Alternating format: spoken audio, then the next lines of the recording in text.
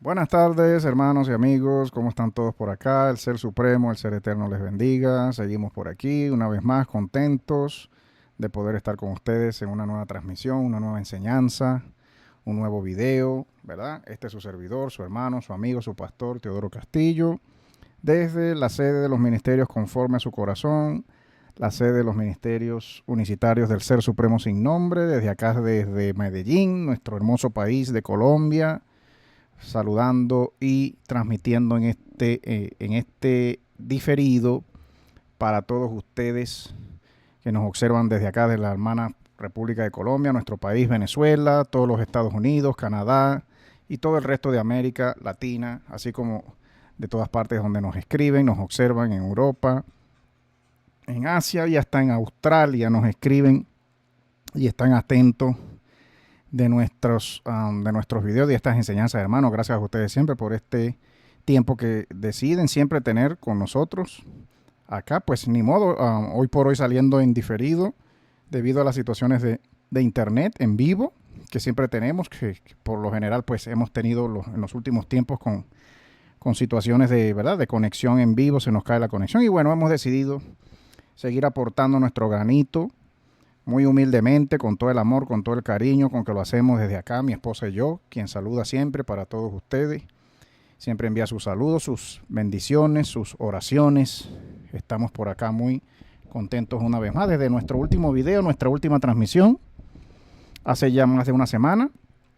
Y dándole continuación, hermano, a esta última enseñanza, traduciendo todavía, pues, como seguimos haciéndolo al doctor Mauro Viglino, traduciéndolo en vivo, trayendo para ustedes la traducción de sus obras desde el italiano, desde el inglés, finalmente de donde traducimos estas obras, ¿verdad?, tan importantes de filología, etimología, crítica textual literaria, como lo es hoy por hoy lo que hacemos en el seno de este ministerio para aportar nuestro granito de arena como ministros, como amigos, como pastores, como sinceros creyentes en el Ser Supremo que sostiene nuestras vidas, en el Ser inteligente, todo amoroso, todo poderoso, todo bondadoso, que adoramos, que alabamos, que invocamos, que necesitamos y de quien dependemos diariamente en este su ministerio y en nuestras vidas, como lo es el caso también, pues, de todos los que nos oyen en esta hora. Siempre, pues, imagino pues que cada uno de ustedes que tienen a bien tomarse este tiempo de escuchar estas enseñanzas, de escuchar estas traducciones en vivo, es siempre pues con esa intención, ¿verdad? Buscando responder preguntas que hemos tenido desde siempre, curiosidades que observamos en la lectura de esos libros religiosos y en este caso pues de la Biblia, como seguimos acá en esta serie, en este video número 19 de esta serie, los dioses falsos de la Biblia, como es pues la continuación de esta serie, de estos últimos videos con el nombre del origen politeísta del falso monoteísmo moderno. El llamado monoteísmo moderno. Seguimos por acá explicando cosas, explicando curiosidades que observamos en esos textos, en esos manuscritos, pues en las áreas lingüísticas, ¿no? A nivel lingüístico, a nivel literario, a nivel cultural, a nivel histórico, a nivel pues antropológico, arqueológico y sobre todo a nivel, hermano, como ya hemos dicho, filológico, ¿no?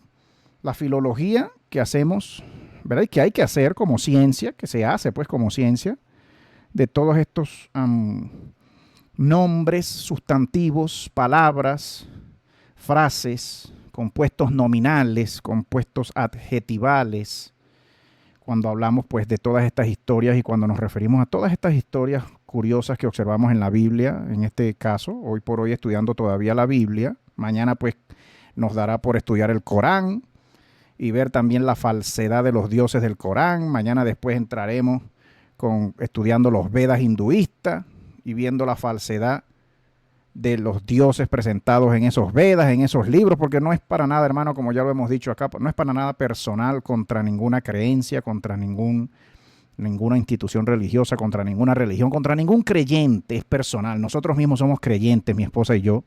No es nada personal contra la fe de nadie, porque creemos en la existencia, obviamente, como hoy por hoy los cristianos pueden ¿verdad?, decirlo, como lo puede decir cualquier musulmán, como lo puede decir cualquier hinduista, ¿verdad?, cualquier adventista, mormón, que en efecto tienen su fe. Nosotros también tenemos fe y ejercemos fe y actuamos en fe. Creemos en la existencia del Ser Supremo inteligente. Creemos que existe, que es real, que es bueno. Pero no creemos que podamos encontrarlo en libros editados, revendidos, reeditados, reacomodados, libros que a todas luces se observa todo el trabajo humano, humanista y religioso de instituciones religiosas, ¿verdad?, de cualquiera que sea la religión, echándole mano a esos libros, modificando libros, sacando libros, modificando los textos, los manuscritos, mal traduciendo a veces, ¿no?, a todas luces, como lo explica el doctor Viglino acá, tanta mala traducción y tanta corrección que tiene que hacer un filólogo, un traductor de la clase y de la altura en estudios como este doctor, cuando comenta estos manuscritos antiguos que hoy por hoy nos llegan y nos venden, ¿verdad?, en nuestras Biblias modernas, en este caso hablando pues de las historias del Viejo Testamento, porque no hemos entrado todavía, hermano. Más luego, creo que después de esta serie vendremos con una serie de estudio profundo sobre el Nuevo Testamento. Pero usted se ha dado cuenta que esta serie de 19 videos ya con es un estudio del Antiguo Testamento, de los manuscritos, de las historias, de las similitudes, semejanzas y diferencias también entre estos libros del Antiguo Testamento y los demás textos religiosos de otras religiones de antaño, de otras creencias, de otras mitologías de antaño, ¿verdad?, contemporáneas pues con el llamado pueblo hebreo, con la llamada fe hebrea, con los llamados dioses de la fe hebrea, que se observa pues en los libros y que se observa en la historia oficial que nos cuentan, en la arqueología moderna y antigua, y en la antropología, en los estudios antropológicos que se hacen pues de las mitologías y de las creencias de antaño, hermano. Seguimos acá llamando la atención a esto. Como decía hace unos minutos, no es nada personal. Es una invitación siempre a la lectura, al estudio, al mayor estudio, un estudio más profundo siempre. Siempre una invitación de mi parte a que nos adentremos cada vez más en las profundidades de la fe, en las profundidades del estudio de nuestro Ser Supremo que invocamos. Las profundidades del estudio y de la reflexión filosófica primeramente, hermano, filosófica, de la reflexión diaria, de la experiencia diaria, de la reflexión sobre la intuición, de la reflexión sobre el sentido común, sobre la reflexión, sobre la observancia diaria de cómo observamos al mundo y a la vida y a la fe a modo diario, hermano. Si el Ser Supremo, hermano, no es real para nosotros desde ese punto de vista y en ese nivel de estudio, si el Ser Supremo no se nos puede hacer real de ese modo, hermano, nuestra fe sería bastante deficiente. Nuestra fe sería bastante insuficiente. Pero invocamos al Ser Supremo, al que existe, al que unos llaman de un modo, otros lo llaman de otro modo, ¿verdad? Dependiendo de las religiones, pues se identifica, ¿verdad? Dependiendo de los libros que se lean, que se crean, se identifica al Ser Supremo con tal nombre aquí, tal nombre allá, tal nombre en todas partes, ¿verdad? Cualquiera que sea el nombre, pero elevándonos por encima de todos esos nombres.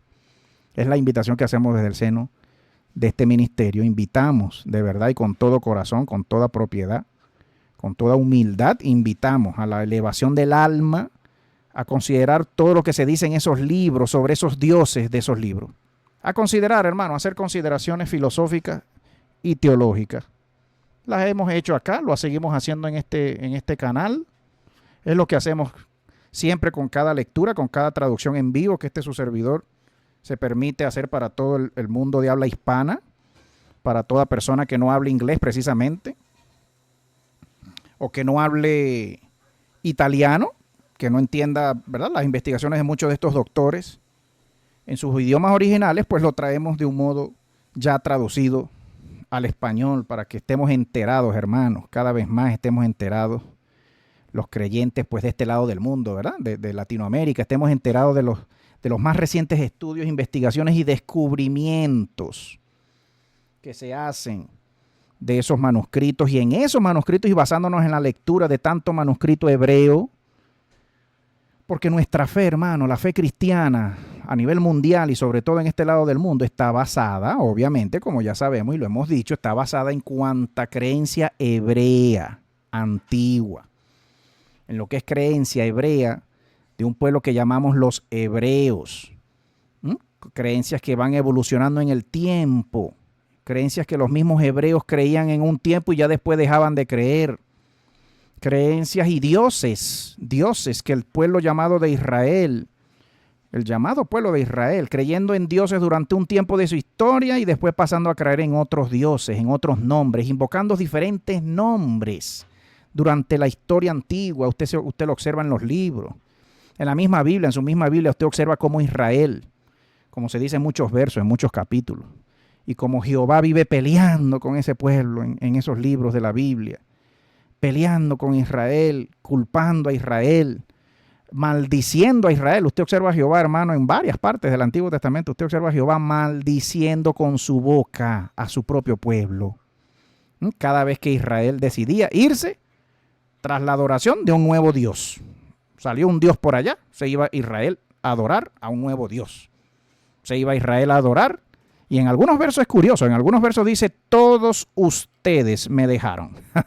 ¿Ah? Usted encuentra a Jehová peleando con Israel. Y dice el verso, todos ustedes me abandonaron. Uno se pregunta, la broma, fueron toditos. No quedó ni uno. Dios mío, era el Dios verdadero, era el Dios supuestamente verdadero y todo el mundo se le fue.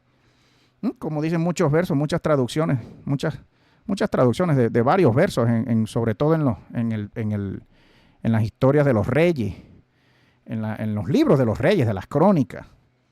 Y en los libros proféticos, usted observa esa frase, usted la observa por todas partes, sobre todo en Jeremías, en Isaías, en Ezequiel, una constante pelea, una constante denuncia, una constante maldición de la boca de Jehová a su pueblo querido de Israel, tan querido que él lo maldecía cada vez que podía. Y es lo que observamos. Es lo que observamos en muchos versos, de muchos capítulos, de muchos de esos libros. Dios es curioso, hermano. Es lo que seguimos diciendo. Dios es por demás curiosos. Por demás curiosos. Uno observa ese llamado amor, ese supuesto amor de esos dioses.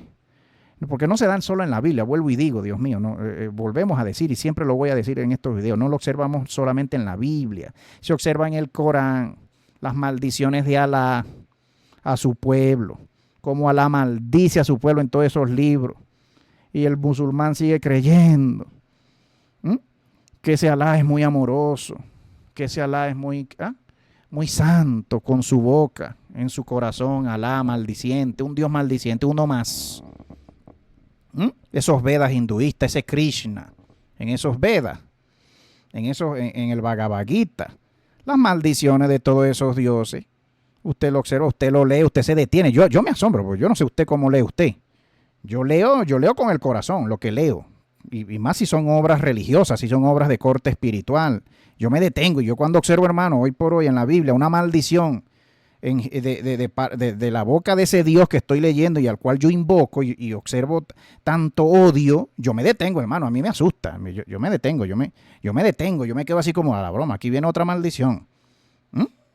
Pues no es así, no vamos a seguir creyendo en dioses extraños, dioses curiosos, hermano. Ni mi papá me maldijo jamás así. A mi papá, pues, mi historia personal, algunos se las he contado, pero ni siquiera a mi papá, pues, en la vida, con tanto demonio encima, con tanto odio encima, con tanta falta y carencia, me maldijo jamás así como lo hacen esos libros y como lo hace ese Jehová en esos libros, como lo hace ese Krishna, ese Alá, como lo hacen esos dioses de esta otra religión, de todas estas religiones, el mismo Buda, en los textos budistas, usted va a encontrar el odio de esos dioses por quienes los abandonan, para cuando sus pueblos los abandonaron. Ay, me abandonaron, ustedes me abandonaron, todos ustedes se me fueron. No quedó ni un justo, no hay ni siquiera un justo, no hay ni uno, ni siquiera uno. Todos ustedes se me fueron de mí. Curiosas esas palabras, hermano, curiosas. Las encuentra usted en la Biblia y se repiten en muchos otros libros también. Y usted se pregunta, bueno, pero eran la misma gente. Habrán sido la misma gente nombrados de diferentes modos, por diferentes pueblos, en diferentes épocas. Habrán sido la misma gente, por aquí sonando el nombre de este modo, y por otra parte, en otra parte del mundo, sonando ese nombre, esos nombres de otro modo. Pero se estarán refiriendo todos esos libros a la misma gente, a los mismos dioses, a los mismos reyes de antaño. Es muy posible, y es lo que dice este autor, y es lo que queremos seguir llamando la atención acá, porque hay tantas posibilidades, hermano, a partir de lo que se lee, a partir de lo que vamos leyendo, hay tantas posibilidades que no podemos cerrarnos a las posibilidades, a las versiones de los cuentos de las mismas historias, varias versiones sobre un mismo cuento, sobre un mismo evento, sobre un mismo ser supremo, supuestamente un ser divino, varias versiones, y que nos conviene a nosotros como lectores, como creyentes, tener acceso a la mayor información posible que podamos obtener. Hermano, es una lucha, no crea usted. No crea usted, hermano, hermana, amigo, amiga, que me oye quizás por primera vez en este momento. Si me están oyendo por primera vez acá, si están oyendo este canal, pues dele me gusta si aprende algo. Si usted siente, como siempre decimos, si usted siente que aprende algo, que aprendió algo, que algo de lo que se dijo, de lo que tradujimos acá fue de ayuda, comparta este video, dele me gusta, dele a la campanita, suscríbase, déjenos sus comentarios siempre. Estamos atentos a cualquier pregunta, a cualquier comentario, estamos atentos. A cualquier donación también, si gusta usted de donar, ¿verdad? Porque pues entiende usted obviamente que pues todo este estudio, ¿verdad? Toma tiempo, quita tiempo, algún tiempo quitará para poder estar con usted, traérselo a usted de modo, ¿verdad? Como lo hacemos siempre, con cariño, con amor. Nos toma tiempo esto, hermano. Primeramente el estudio, la lectura, y segundo pues venir acá a compartir estas cosas con usted de un modo pues gratis, de un modo sin mala intención, y siempre deseando el bien de su alma, el bien de su vida, y hacer crecer su fe. Hacer crecer la fe. No es ninguna intención en nosotros minar ni menoscabar la fe de nadie, pero que usted se detenga en su fe y usted pueda decir, estos nombres que yo invoco de verdad son los nombres del Ser Supremo. De verdad el Ser Supremo puede tener nombre alguno. El ser inteligente, el ser creador de todas las cosas puede ser masculino de verdad. Puede ser femenino de verdad, como en algunos matriarcados todavía de verdad puede ser. O existe ese ser sin sexo. O existe o existirá ese ser supremo sin género, sin cuerpo alguno, como nos han dicho toda la vida. Tiene cuerpo. Sí tiene cuerpo y está sentado en un trono en el cielo. Invisible, pero él está ahí, sentado. Sí, bueno, pero si es invisible y si es infinito, ¿cómo me vas a decir que está sentado? Si es infinito, no me puedes decir que está sentado en una silla, porque es infinito. No, o sea, nuestras creencias, hermano, lo que nos han dicho, lo que nos han enseñado, llega un momento en que usted y yo tenemos que detenernos, a echarle cabeza a las cosas que nos enseñan como nos las han enseñado y como las decimos con nuestra boca. A ver si tienen congruencia con el resto de la doctrina que predicamos, con el resto del pensamiento filosófico y teológico que predicamos, para que no haya contradicción entre lo que creemos y lo que es verdadero en ese ser que llamamos perfecto, que llamamos infinito, que llamamos supremo, que llamamos verdaderamente santo. ¿Sabe lo que significa la palabra santo, hermano? Siempre vamos a llamar la atención en este su canal sobre el significado el significado más profundo y más antiguo de la palabra santo. Santo, santo, santo, como se observan en todos esos libros religiosos de cualquiera de las religiones del mundo hoy por hoy. Santo, santo. Significa el término, el vocablo significa diferente, de otra naturaleza, de otra clase, de otra esencia, de otra existencia. Más allá de lo que nos han dicho, que es apartado del mal, que el significado, que una de las acepciones del significado de esa palabra es apartado del mal y de todo pecado, que no peca, ¿verdad? Santo, que no peca, que no incurre en pecado, en maldad, en ofensa de ninguna ley divina, que no viola ninguna ley divina, ¿verdad? Establecida, ¿verdad? En las conciencias, en los corazones, que es la única ley divina. Es la única ley divina existente real para todas las religiones del mundo, para todas las culturas del mundo, todas las épocas del mundo. ¿Cuál? La ley de la conciencia, la ley natural del amor en la conciencia de cada ser humano, de cada alma humana, la ley del amor. Todas las demás leyes, hermano, todas las demás leyes que usted puede observar en su libro, que usted observa, que usted lee, que usted cree, la Biblia, el Corán, los Vedas, cualquiera que usted lea. Todas las demás leyes son derivaciones humanas.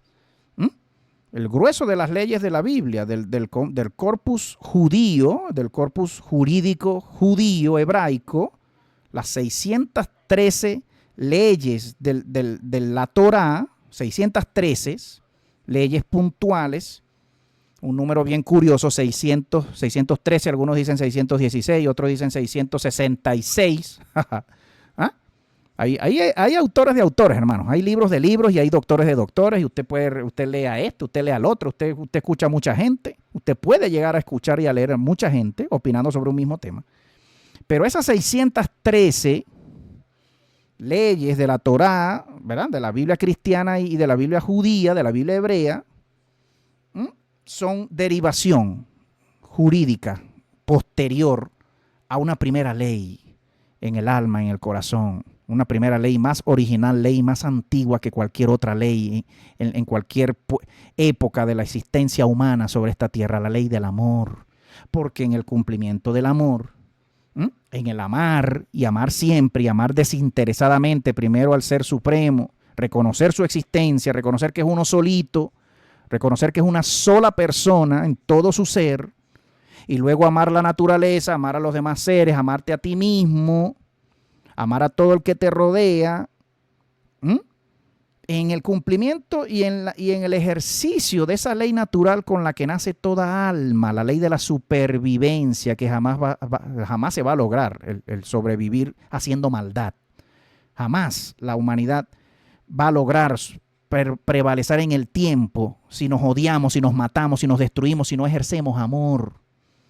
¿Cómo vamos a garantizar la humanidad nuestra permanencia en el tiempo, el mayor tiempo posible que podamos vivir cada quien y que la humanidad pueda permanecer en esta tierra, amándonos, hermanos, unos a otros, amando al vecino, amando al otro que cree otra cosa diferente, amando al musulmán, amándolo de verdad, no condenándolo, amando el musulmán al cristiano, amando el cristiano al musulmán, amando el musulmán al budista, amándonos los negritos con los blanquitos, amándonos los blanquitos con los negritos, amándonos, quienes quiera que seamos, donde sea que estemos, creamos lo que creamos, sin condenarnos unos a otros, sin echarnos bombas unos a otros. Hermano, esta humanidad, vamos rapidito y vamos de camino, hermano, a autodestruirnos, esta humanidad hoy por hoy, como ya dicen los libros que ha sucedido antes, porque es lo que dicen los libros, que ya esta humanidad se ha autodestruido no sé cuántas veces antes, en cuantos diluvios y en cuantas destrucciones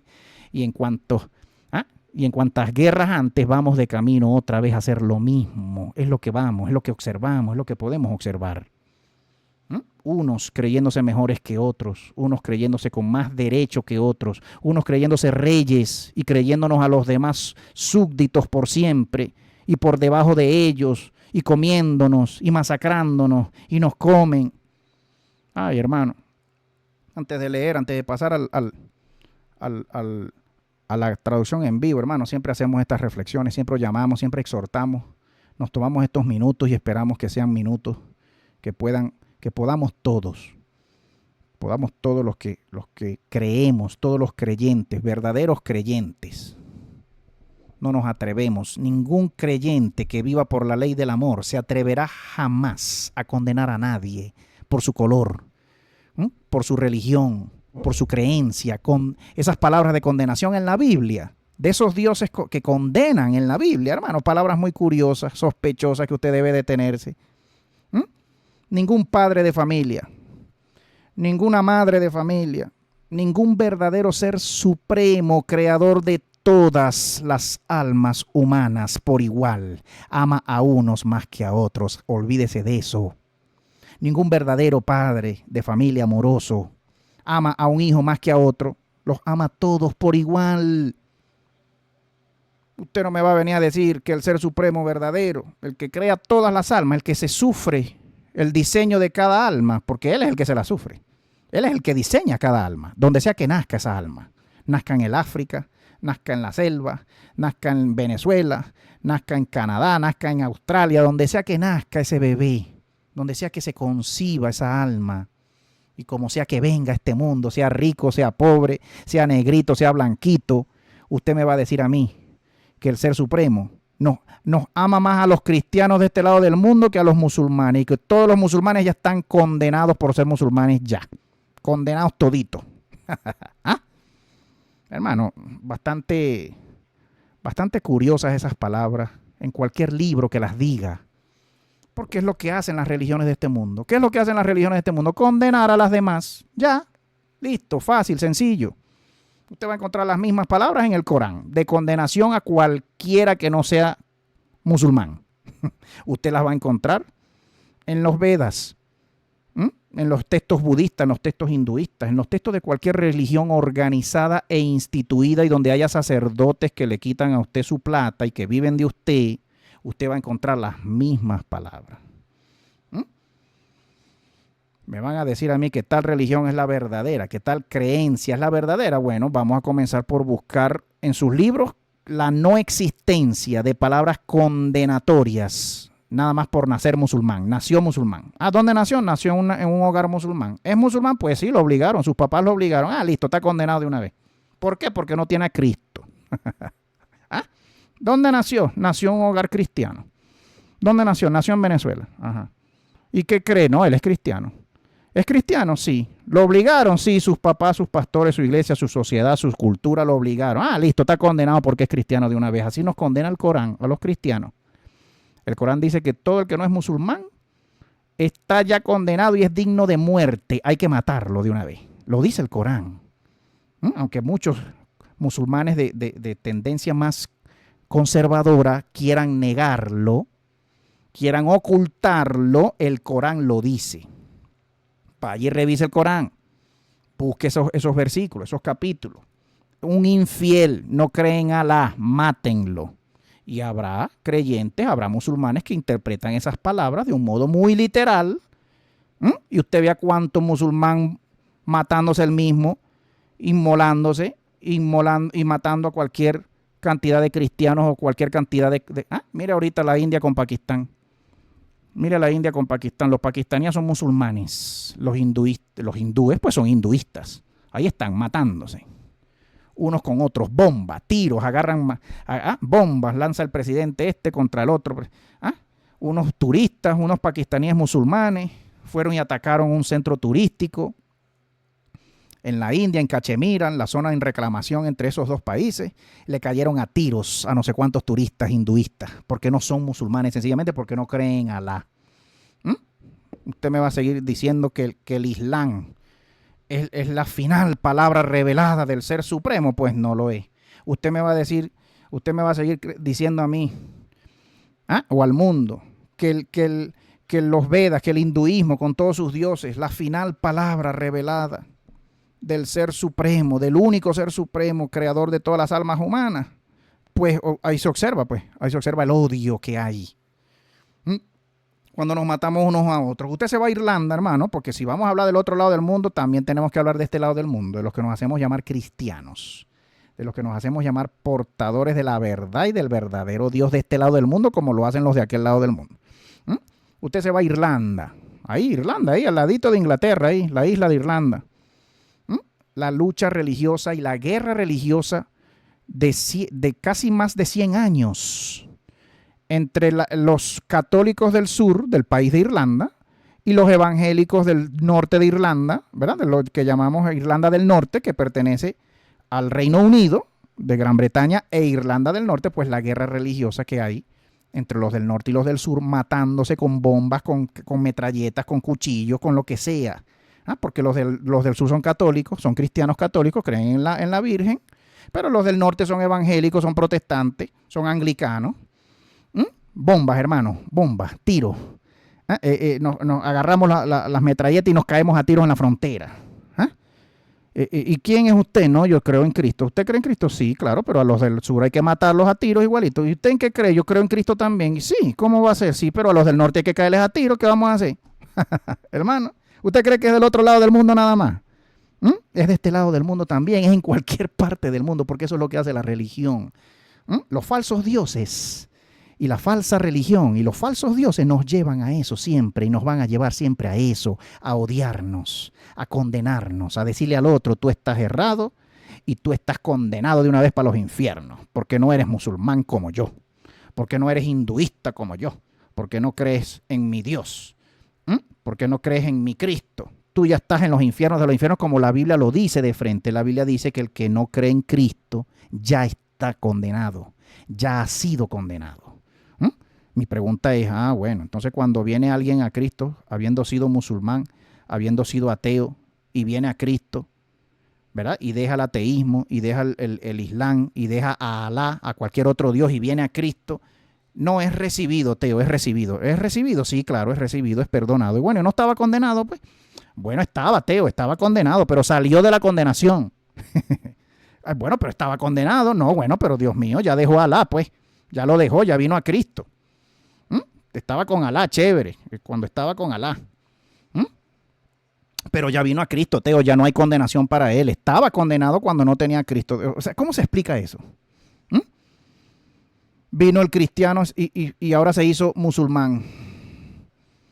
¿Está condenado? No, ya no. ¿Ya no? No, ya no. ¿Por qué? Bueno, porque ya está con Alá, pues.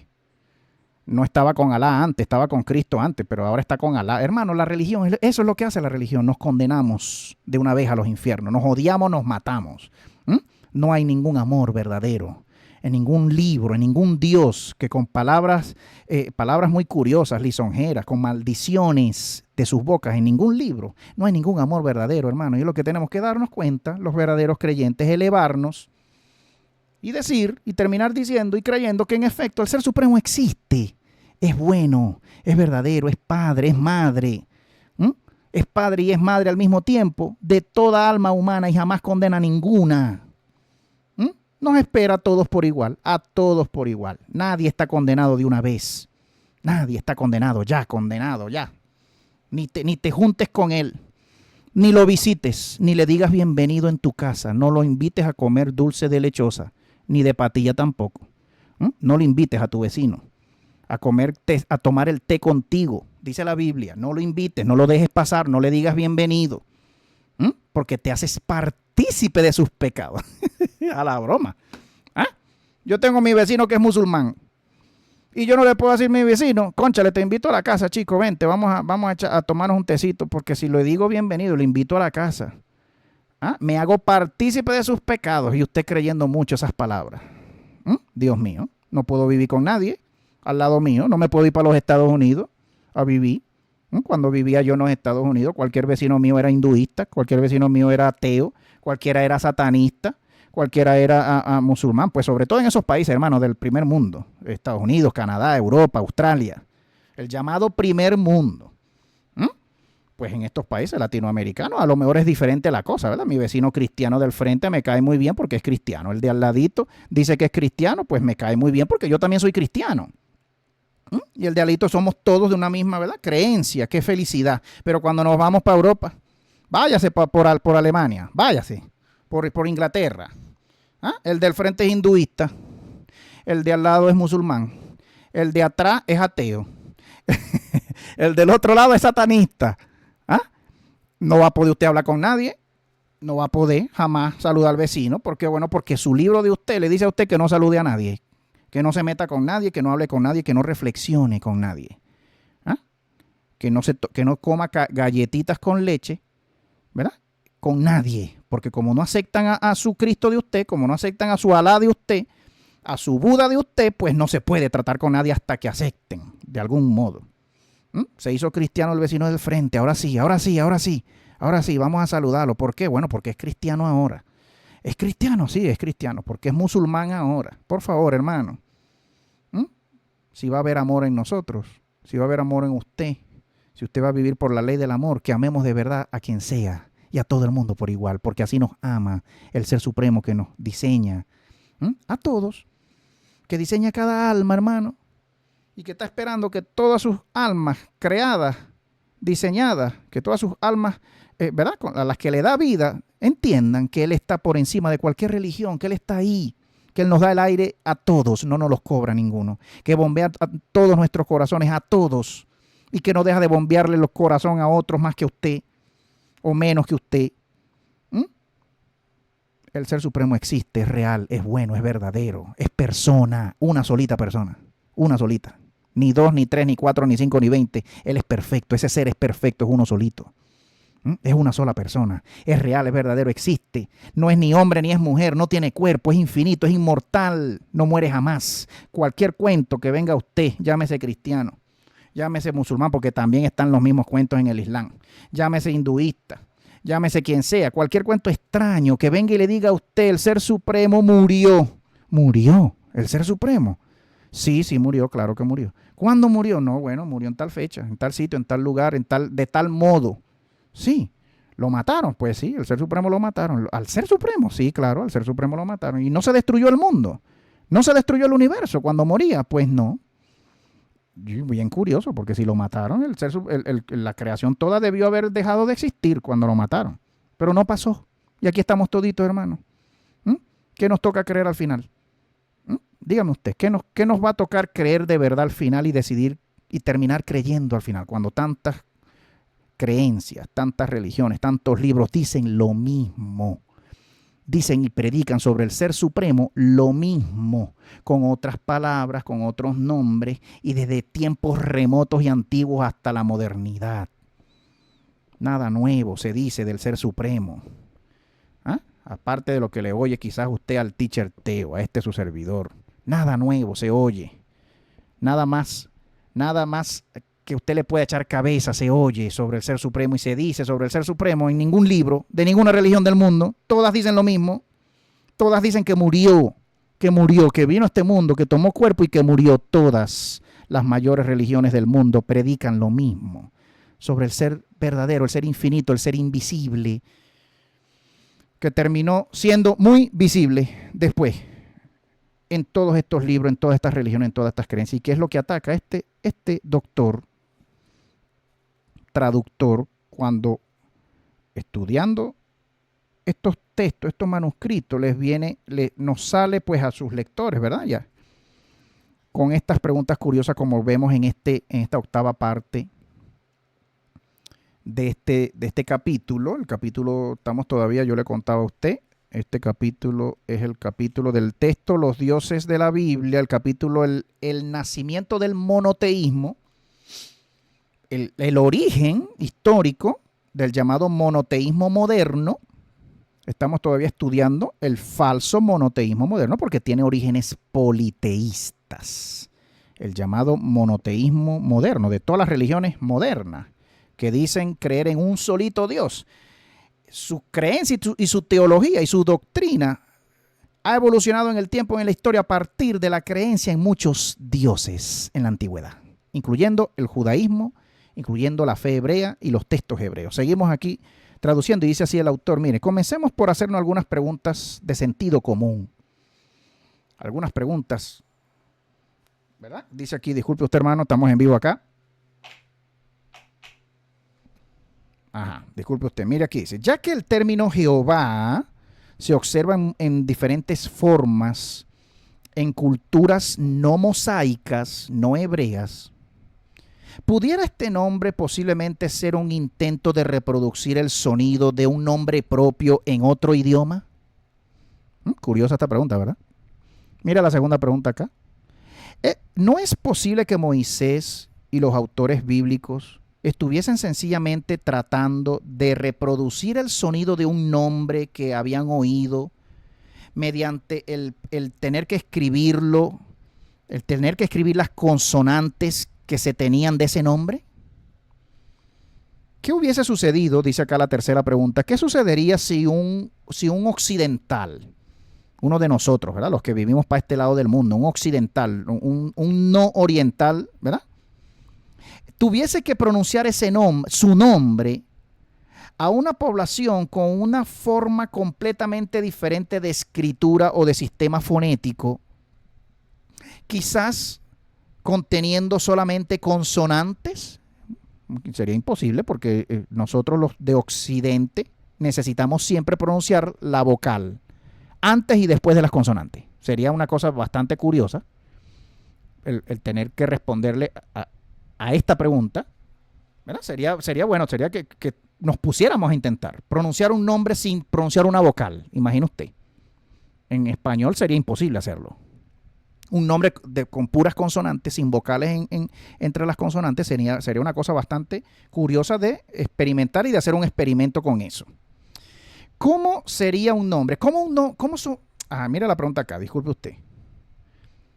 ¿Cómo un nombre que sonaría lejos, dice así, a name that sounds far removed, ¿cómo un nombre que sonaría lejos, removido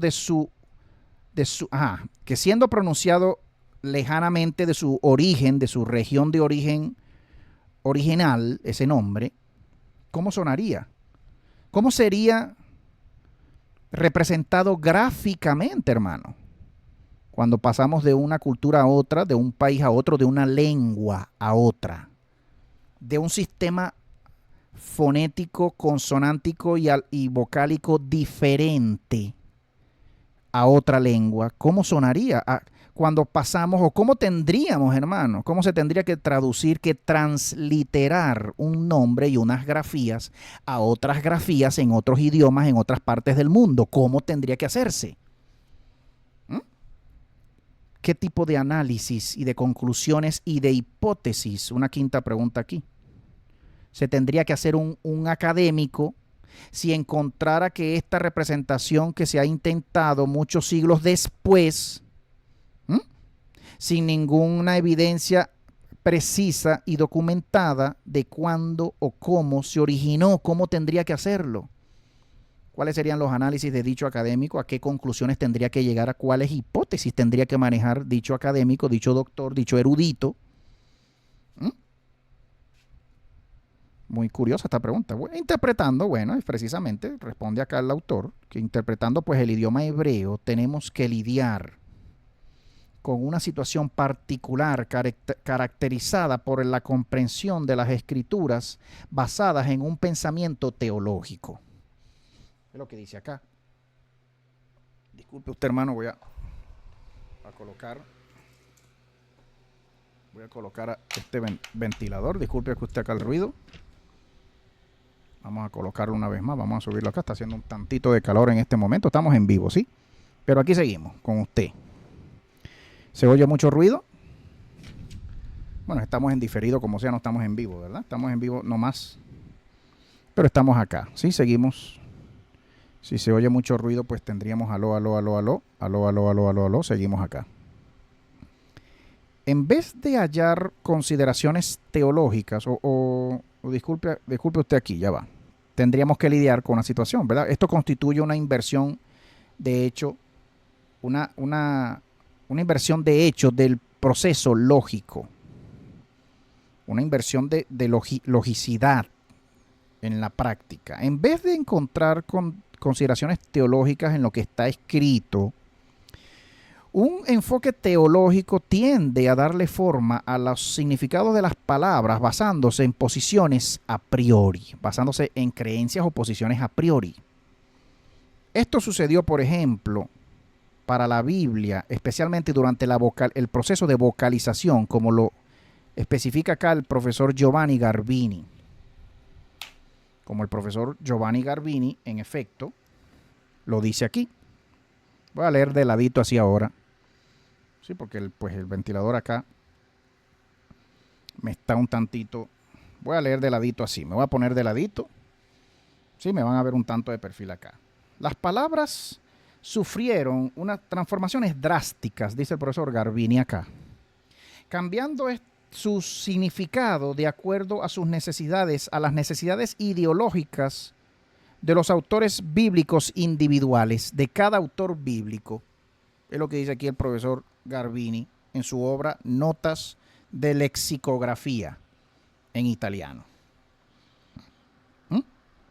Muchos, dice acá luego, el autor sigue diciendo que muchas elaboraciones filológicas, religiosas, iniciáticas y esotéricas y muchas prácticas místicas y cabalistas se han desarrollado a partir del estudio o de las creencias o del estudio del llamado tetragramatón hebreo. Muchas. Pero en realidad, este nombre, este llamado tetragramatón, pudiera no ser más que el resultado de las formas que algunos idiomas de ese tiempo arrojaban, los resultados de la manera en que algunos idiomas de ese tiempo arrojaban los sonidos de otro idioma o producían los sonidos de otro idioma anterior. Posiblemente el idioma en el cual esa palabra Elohim pronunciaba su nombre. Posiblemente el idioma en los cuales o en el cual esos llamados Elohim pronunciaban su nombre. La situación ciertamente no mejora aun cuando cuidadosamente observamos la otra parte de la oración antes del tetragramatón. Aun cuando se estudia la otra parte. ¿Verdad? Ay, perdón, usted aquí, hermano, ya va.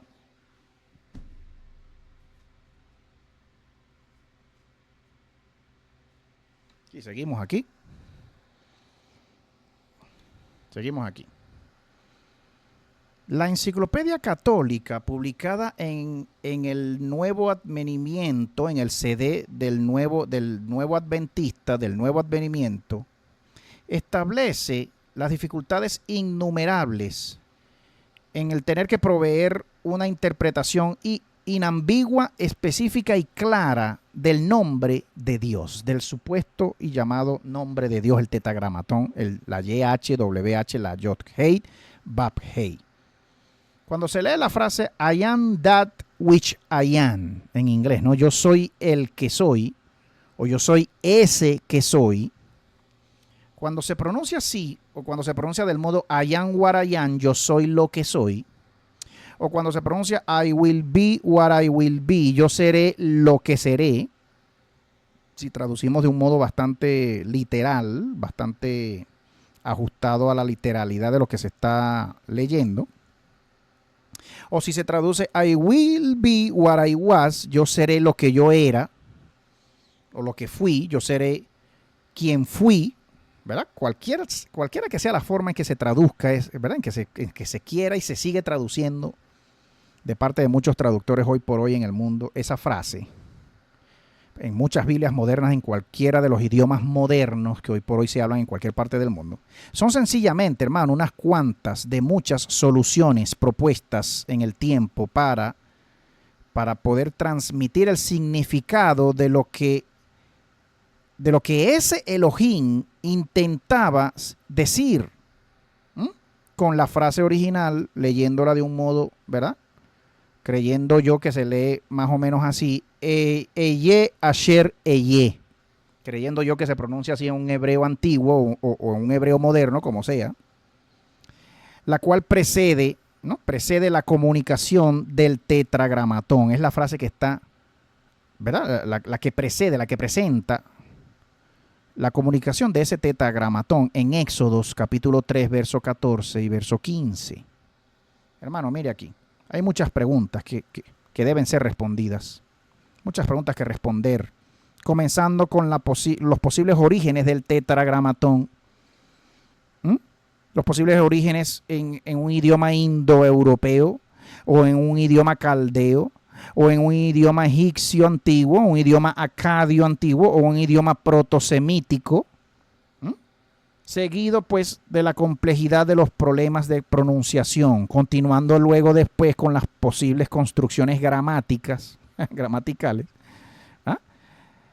a partir de la cual diferentes y variadas hipótesis surgen con respecto, ¿verdad?,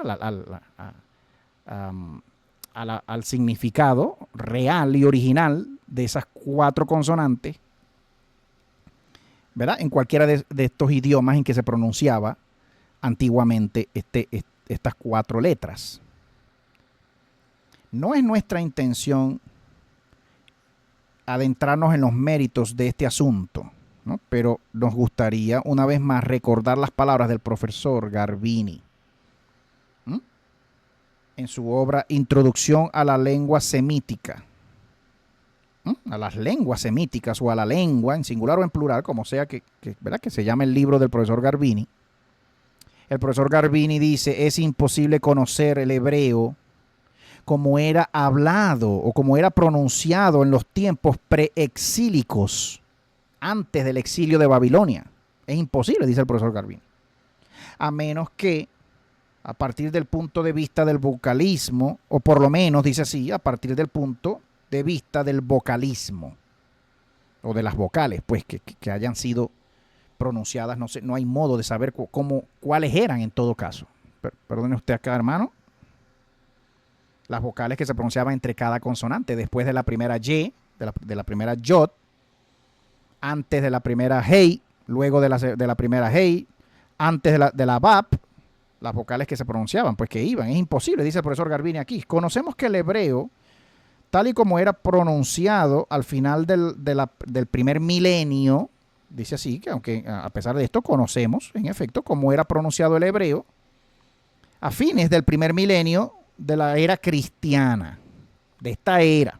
Imagínese usted, 1000 años después de Cristo, del llamado Cristo, ¿verdad? La reconstrucción que se realizó o que realizaron los masoretas no era sobre el conocimiento, no estaba basada sobre el conocimiento estructural lingüístico de estos textos, sino en sus contenidos ideológicos.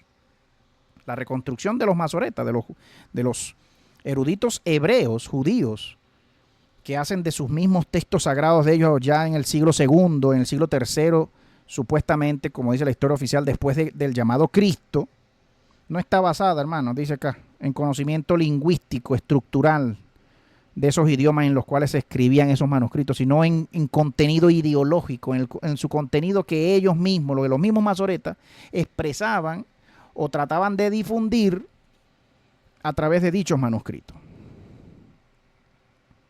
De cara a tanta incertidumbre, no es difícil imaginar que aún la reformulación del significado del tetragramatón estuvo influido por el deseo de suscribirle un contenido teológico al término que pueda inicialmente no haber tenido. Que pudo haber inicialmente, dicho tetragramatón pudo no haber tenido como tal. La necesidad o deseo de encontrar un significado exacto de estas 4 letras surgió mucho después de su pronunciación original. Cualquier significado hipotético llegó a estar basado, cualquier significado hipotético al que se haya llegado, están basados en consideraciones religiosas preconcebidas que todavía influencian a muchos de los exégetas hoy en día. ¿Qué le parece lo que dice aquí el autor y estos eruditos? Y que posiblemente es así como se dice acá. Siempre permanecemos, ¿verdad?, escépticos, siempre estamos un tanto escépticos, dice aquí. Pero quizás no estemos tan lejos de la verdad si asumimos que los masoretas y sus epigones, sus epígonos o sus principales exponentes, intentaron y todavía intentan borrar un mensaje. De aquí dice, sacar un mensaje a partir de un término que quizás no tenía ningún otro significado que el que representaba exclusivamente un nombre propio y ya. Intentemos olvidar por un momento que este asunto pertenece a un texto considerado sagrado por muchos de la cultura, ¿verdad? Por muchos en nuestra cultura occidental, ¿verdad? Y preguntémonos, como es nuestra costumbre, hacer algunas preguntas, hagámonos algunas preguntas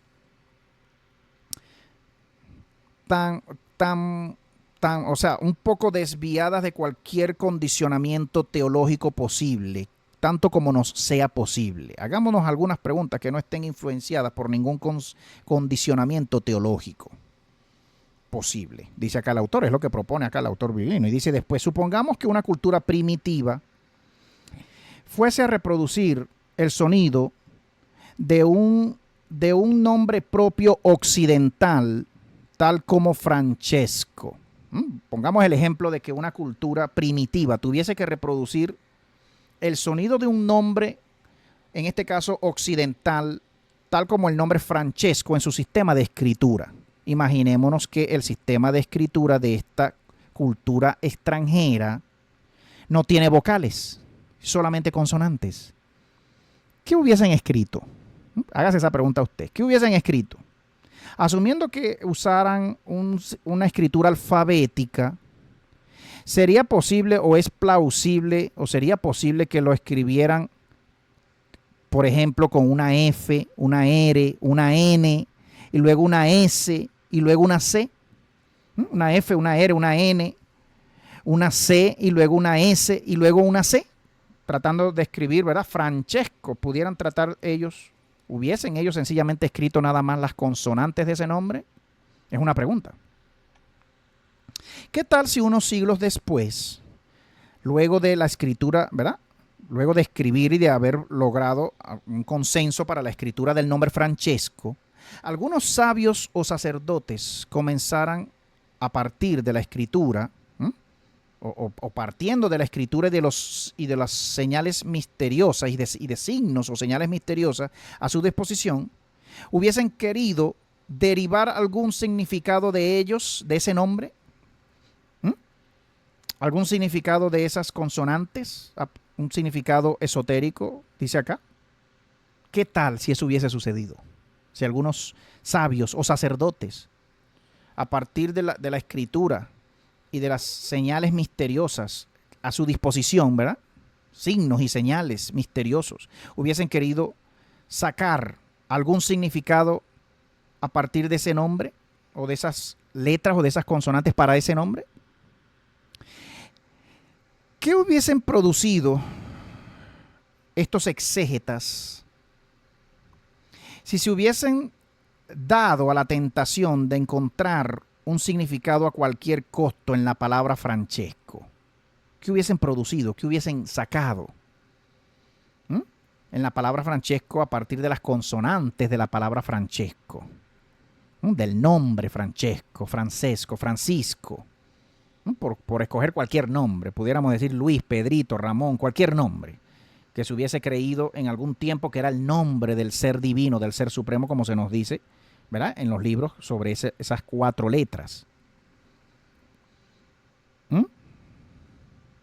¿Qué hubiesen entendido los futuros académicos que lidian con estas culturas, ¿no? Estos académicos que estudian estas culturas? ¿Qué hubiesen entendido a partir de los sonidos con los cuales el nombre Francesco era transcrito? ¿Hubiesen entendido ellos de algún modo que los sonidos con los cuales el nombre Francesco era transcrito pertenecían a un idioma extraño?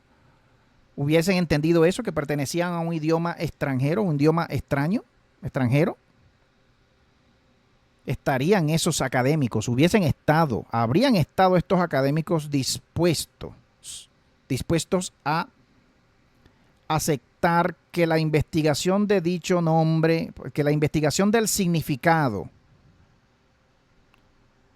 en el idioma original de esta población los llevaría sencillamente a nada, a obtener nada nuevo? ¿Hubiesen estado dispuestos dichos académicos en tal tiempo a aceptar también este hecho, esta última pregunta? ¿Cómo hubiesen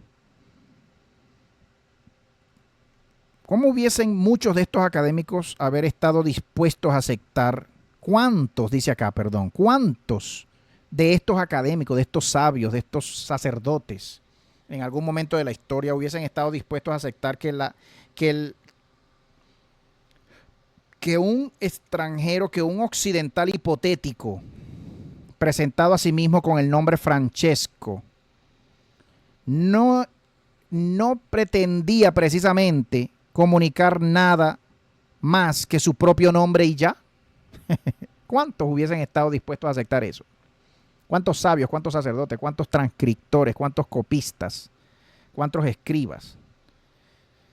Si uno tuviese que investigar el nombre Francesco solamente con las consonantes, la F, la R, la N, la C, y luego la S y la C, si uno tuviese que investigar el nombre Francesco varios siglos después de que el nombre fuese anunciado y fuese escrito, ¿cuántos serían capaces de explicar? ¿Cuántos serían capaces de explicar su propio origen, su verdadero origen del nombre Francesco? ¿Cuántos de estos sacerdotes de verdad hubiesen sido capaces de explicar el origen verdadero de ese nombre? Mira estas preguntas, hermano, muy curiosas, ¿no? Válidas, que se tendría que hacer cualquier estudiante serio de su propia fe, cualquier cristiano serio, cualquier judío serio de su propia fe. Aquí no estamos lidiando, hermano, no estamos tratando con una hipótesis abstracta, ¿ah? sino que hay ejemplos concretos y prácticos de la secuencia de eventos en los llamados cultos de cargo, los cuales hemos discutido en detalle en la introducción de este libro, los cultos de cargo, los llamados cultos de tribus antiguas, muy aisladas en el mundo, cuando les llega el mundo occidental o el mundo moderno, con aviones, con naves, y que estos pueblos, estas tribus comienzan a adorar a dichos extranjeros que llegan con naves y con aviones desde los cielos, y estas tribus, estos indígenas, estos aborígenes de cualquier parte del mundo comienzan a tener por dioses, porque llegan en naves que vuelan, como todavía pasa en el mundo, como se dice en la introducción de este libro, que todavía pasa en muchas culturas aisladas del mundo, cuando el hombre americano, cuando el norteamericano o el europeo o el asiático o quien sea que llega con aviones a darles comida, comienzan estas tribus a adorar como dioses venidos y caídos del cielo. En vista de lo que hemos dicho en la introducción sobre los cultos de cargo, nos preguntamos a nosotros mismos la primera pregunta. Mientras reflexionamos en el origen del nombre John Frank, que se presentó en la introducción de este libro,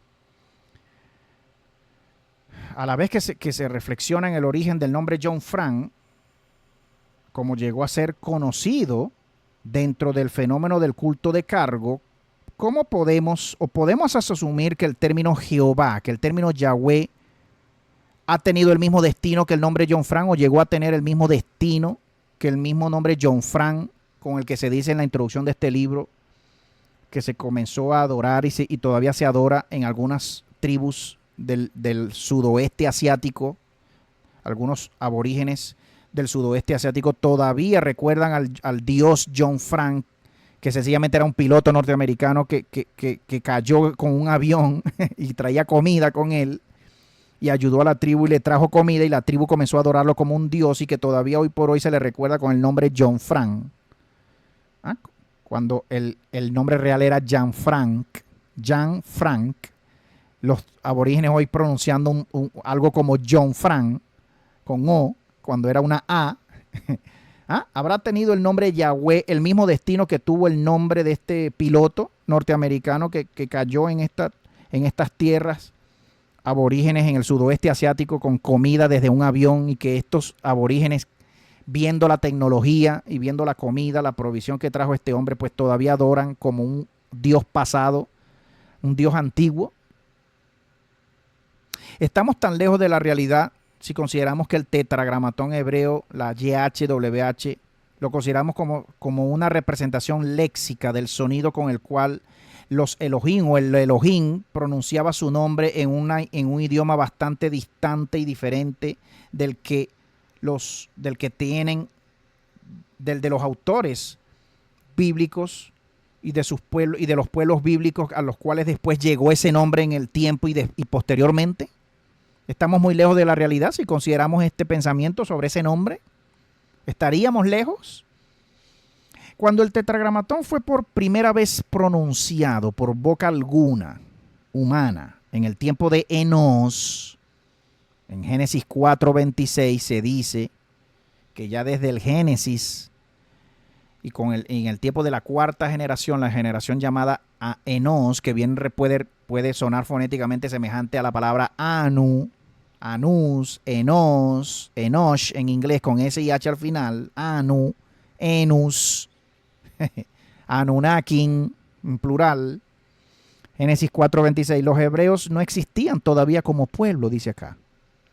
Cuando fue pronunciada por primera vez, se recuerda acá que el pueblo hebreo no existía como nación, como pueblo todavía. Aun cuando Moisés lo hubo escuchado, lo hubo oído, el hebreo todavía no existía como lengua formal, se cree por los eruditos, el llamado hebreo. ¿Qué idioma entonces el pueblo cuyas familias habían vivido, este pueblo cuyas familias habían vivido en Egipto por siglos y a quien Moisés sacó de Egipto, ¿qué idioma hablaban estos pueblos? ¿Hablaban amorreo? ¿Hablarían arameo? ¿Hablaban egipcio, copto antiguo? ¿Cuál idioma pronunciaban y hablaban estos pueblos que salieron de Egipto y que comenzaron ya posteriormente a adorar a este tetragramatón, pero que desde el tiempo de la cuarta generación de Enós, el nieto, el bisnieto de Adán, ya se comenzaba a invocar ese nombre. De acuerdo al profesor Garbini, las tribus israelitas debieron haber hablado una forma de arameo. Nos preguntamos entonces cuál es el punto de preguntarnos qué significado podía haber tenido el tetragramatón en hebreo cuando este idioma no era ni siquiera pronunciado y mucho menos escrito. Podemos preguntarnos, hermano. ¿Qué significado pudo haber tenido esas 4 letras, esas 4 consonantes en un llamado idioma hebreo original, un protohebreo, cualquier cosa que se hablaba antes de lo que se comenzó a llamar hebreo, o del idioma que comenzó a llamarse hebreo, cuando este idioma todavía no era hablado, ni pronunciado, ni siquiera escrito? Ay, hermano. Bueno, imagínese usted. Permiso acá, ya va.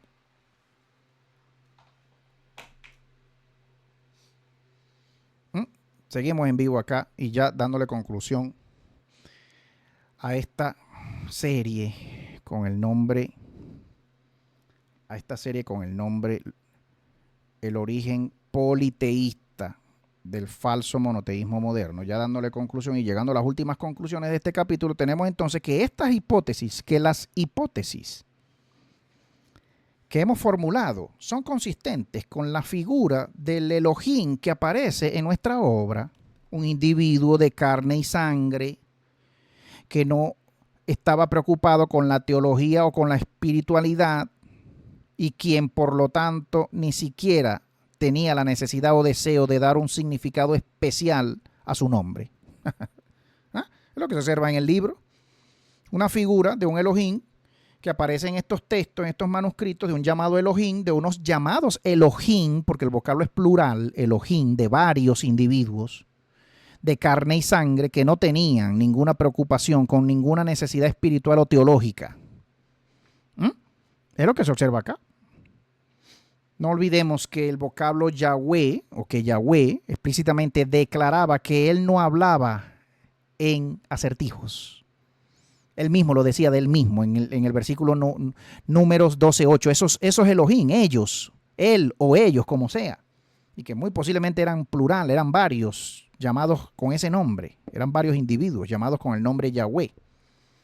En el libro de Números 12, verso 8, dice claramente Jehová, en su Biblia y en la mía, que él no habla en acertijos. Yahweh responde a Moisés, al pedido de Moisés. Yahweh le responde al pedido de Moisés de conocer su nombre con palabras que pueden ser interpretadas como las siguientes. Yahweh es el que propone el pacto y siempre cumplirá sus promesas, ¿verdad? Tanto como los israelitas hagan lo mismo. Yahweh es lo que responde a esa solicitud de Moisés cuando Moisés dice que quiere conocer su nombre. Yahweh responde así con esas palabras. Pero Yahweh tiene la mano levantada en este caso. Sería un error ver las reglas contenidas en el pacto como un resultado de la negociación o de una discusión libre entre dos partes. Sería un error caer en eso.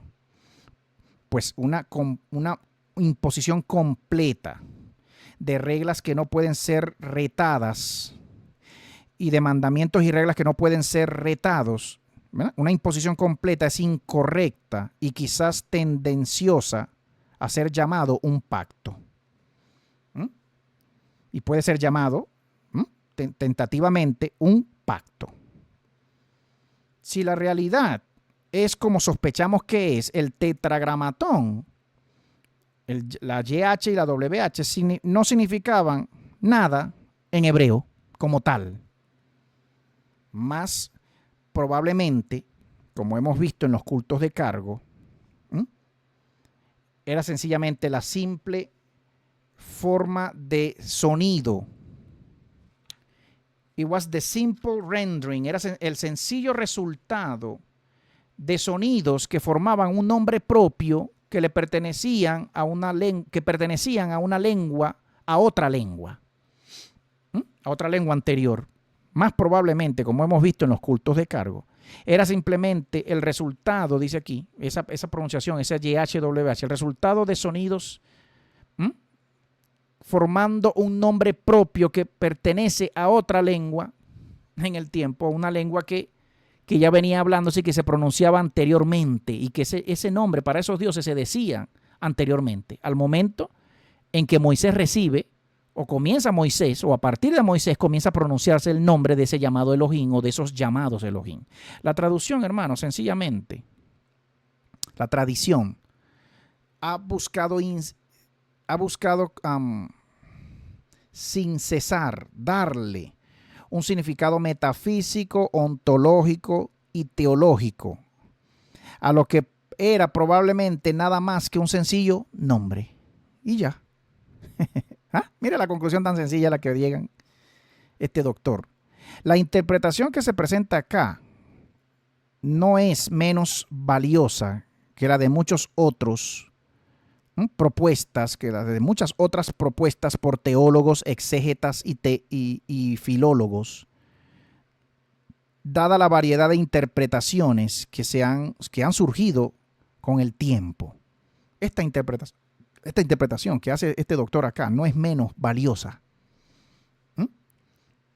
El futuro puede traer más claridad sobre esto, o por lo menos es lo que esperamos, que en el futuro se tenga o se pueda tener a partir pues de las investigaciones y los descubrimientos mayor claridad. Pero ¿qué es lo que dice, qué es lo que se presenta a modo ya conclusivo para este tema de parte de este autor con respecto al nombre, al llamado nombre del Dios Supremo, a las 4 letras, al tetragramatón, esas 4 letras que ya hemos dicho acá y que creemos a modo personal, este es su servidor, que nunca fueron 4 letras, sino 3 letras, porque la última letra se repite, la última letra es la segunda letra, la Hei es la última, es la 4ª letra, se repite como 4ª letra.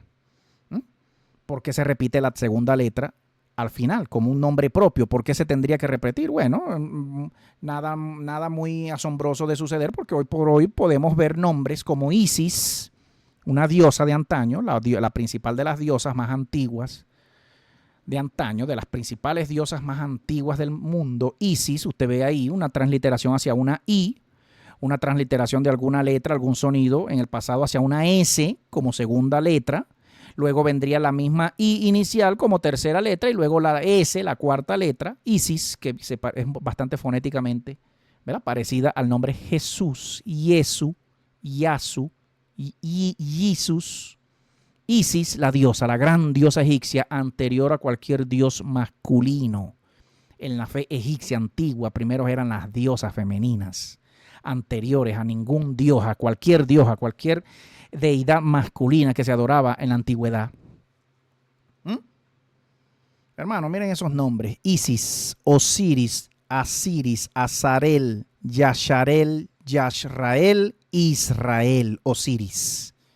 El vocablo Israel tiene su origen fonéticamente hablando y filológicamente hablando, tienen el mismo origen que el vocablo Osiris moderno, que la palabra Osiris, que sabemos que era el dios masculino, hijo de Isis, alimentado en los brazos de Isis, en la iconografía egipcia antigua, el hijo, el niño, alimentado por la madre, por la virgen, porque se decía que Isis era virgen también.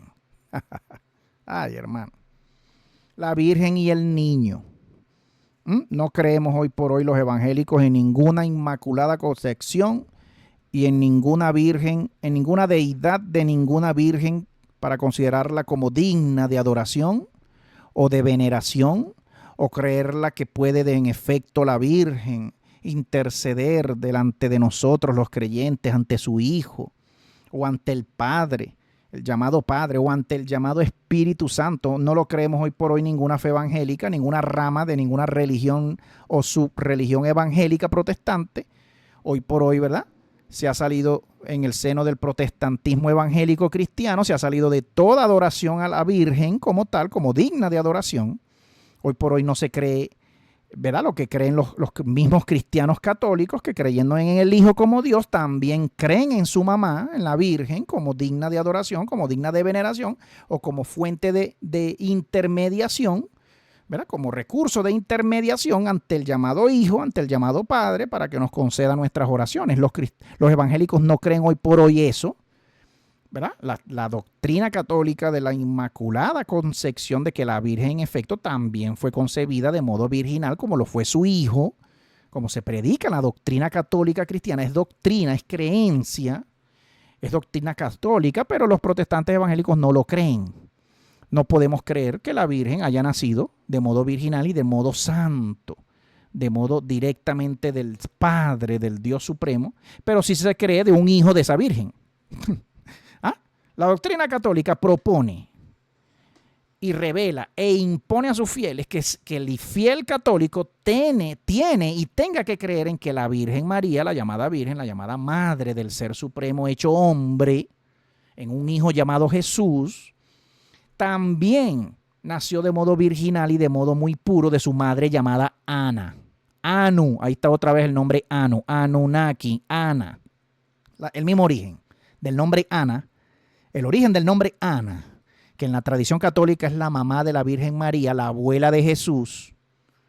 El origen etimológico y filológico del nombre Ana es el mismo origen etimológico y filológico del nombre Anu.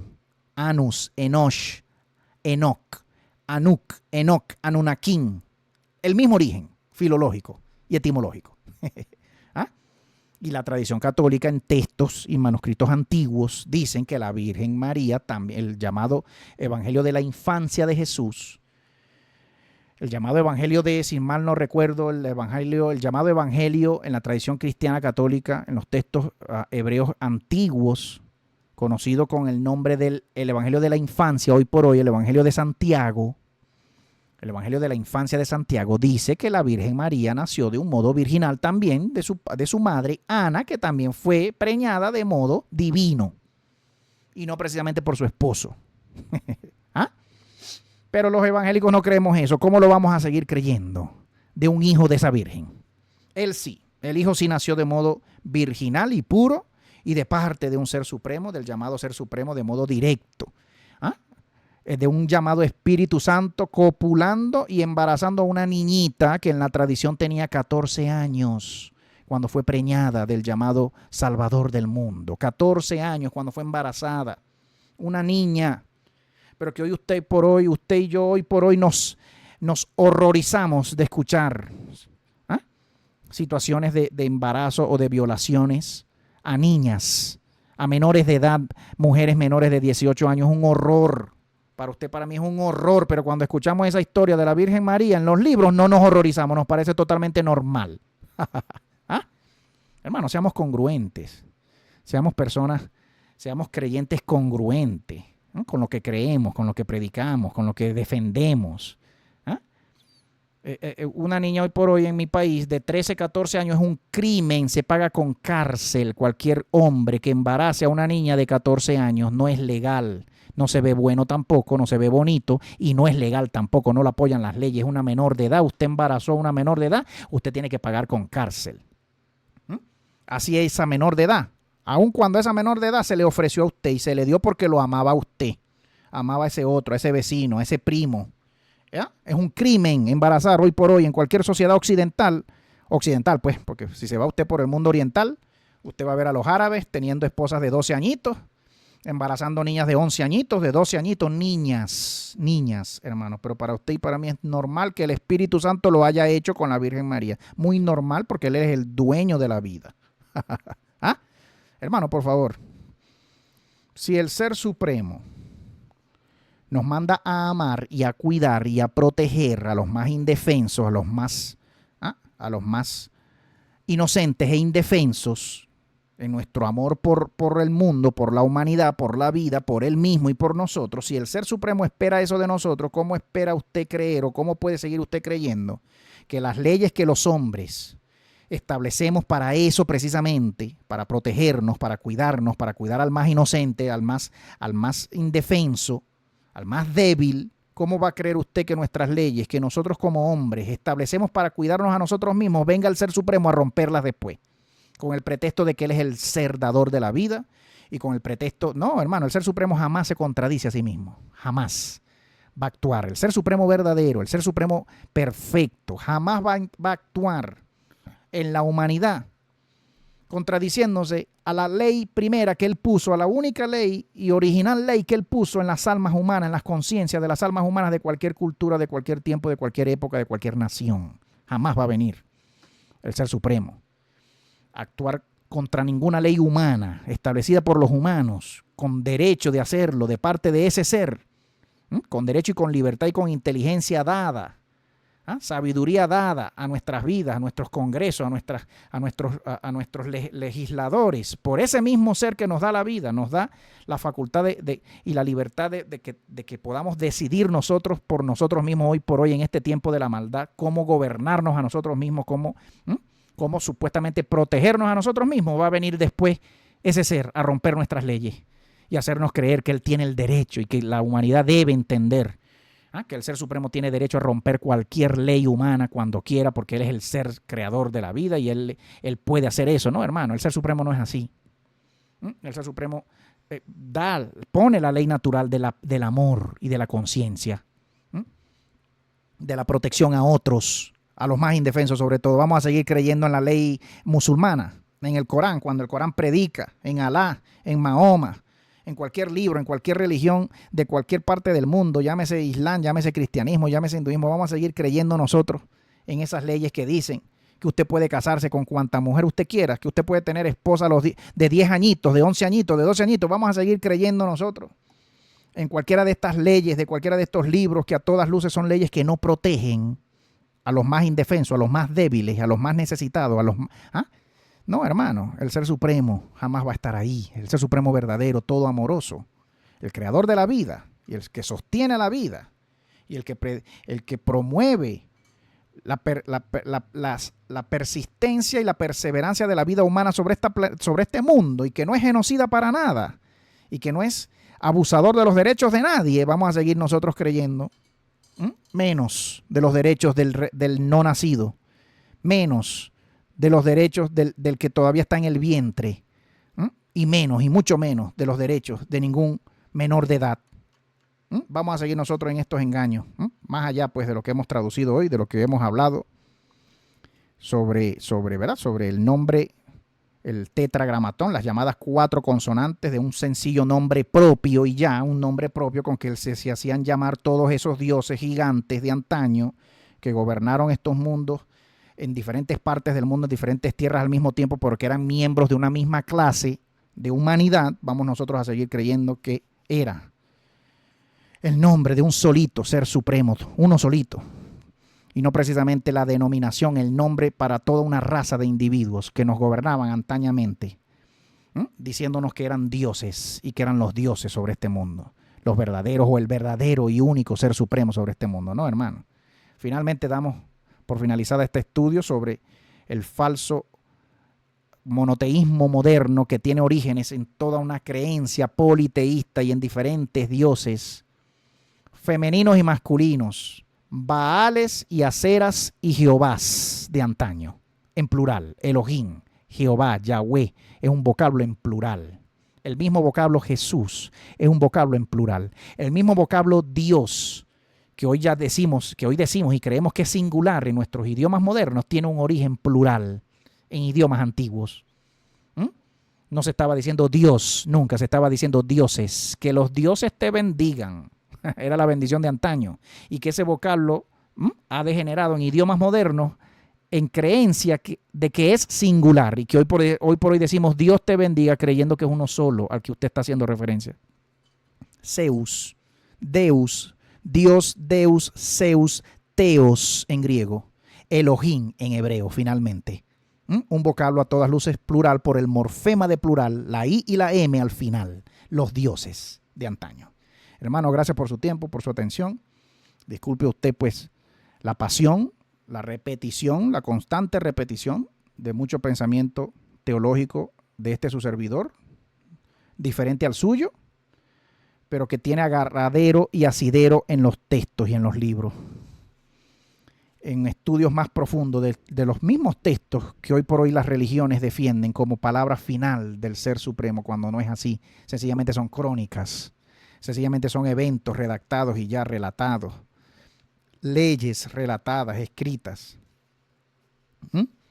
de los pueblos de antaño y los dioses, lo que hacían, lo que decían y cómo se comportaban estos diferentes dioses en estas diferentes tierras y tribus y pueblos de antaño. Gracias a usted, hermano, por su tiempo. Gracias por sus oraciones. Saludos siempre de mi parte, de parte de mi esposa. Y bueno, finalmente hemos terminado esta serie, el origen politeísta, el falso monoteísmo moderno. Gracias a ustedes por sus preguntas, su consideración, su apoyo, sus donaciones, sus oraciones y por toda la atención prestada a esta información. Un abrazo a la distancia. El Ser Supremo les bendiga a todos. Seguimos orando por Venezuela. Hay elecciones este domingo en Venezuela. Todos venezolanos pues orando al Ser Supremo por misericordia. Orando por los Estados Unidos, hermano. Toda decisión que se toma en los Estados Unidos de parte de ese presidente termina afectando al mundo siempre. Los Estados Unidos y sus decisiones, los rusos y sus decisiones, los chinos y sus decisiones, afectando la economía mundial. Seguimos orando por salud para todo el que esté enfermo en esta hora. Proclamamos la salud del Ser Supremo, del Ser Dador de la vida, del que sostiene la vida, hermano. No es fácil esta lucha espiritual, hermano. Ha sido una lucha espiritual siempre en sus vidas, en mi vida, el poder llegar a usted con este mensaje. Todavía lo es una lucha espiritual constante. Lidiamos en luchas espirituales contra demonios de luz y de oscuridad, contra ambos reinos demoníacos, los demonios de luz y los demonios de oscuridad. Seguimos lidiando con ellos. Como se observan en esos libros antiguos, habían reinos espirituales demoníacos de luz, solares, y reinos espirituales antiguos demoníacos de oscuridad, lunares. Dos grandes reinos. Uno es masculino, el solar, y el otro es femenino, el lunar.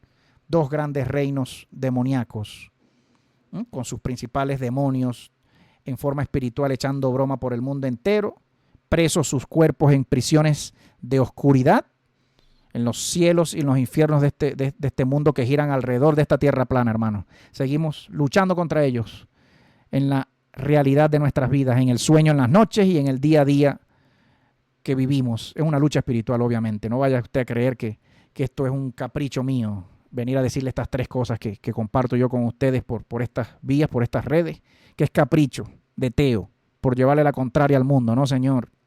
Es todo un llamado, es toda una experiencia, es toda una lucha espiritual. Siempre va a ser una lucha espiritual cuando hay una verdad, cuando hay algo de verdad en lo que usted está diciendo al mundo, de parte del Ser Supremo verdadero. Siempre va a haber lucha demoníaca contra usted, contra su vida, contra mi vida, contra cualquiera que se levante, despertando de mucho engaño y de mucha mentira y de muchos demonios que nos gobiernan y quieren gobernarnos y quieren seguir chupándonos nuestra energía, nuestra espiritualidad, nuestra fe, nuestra creencia.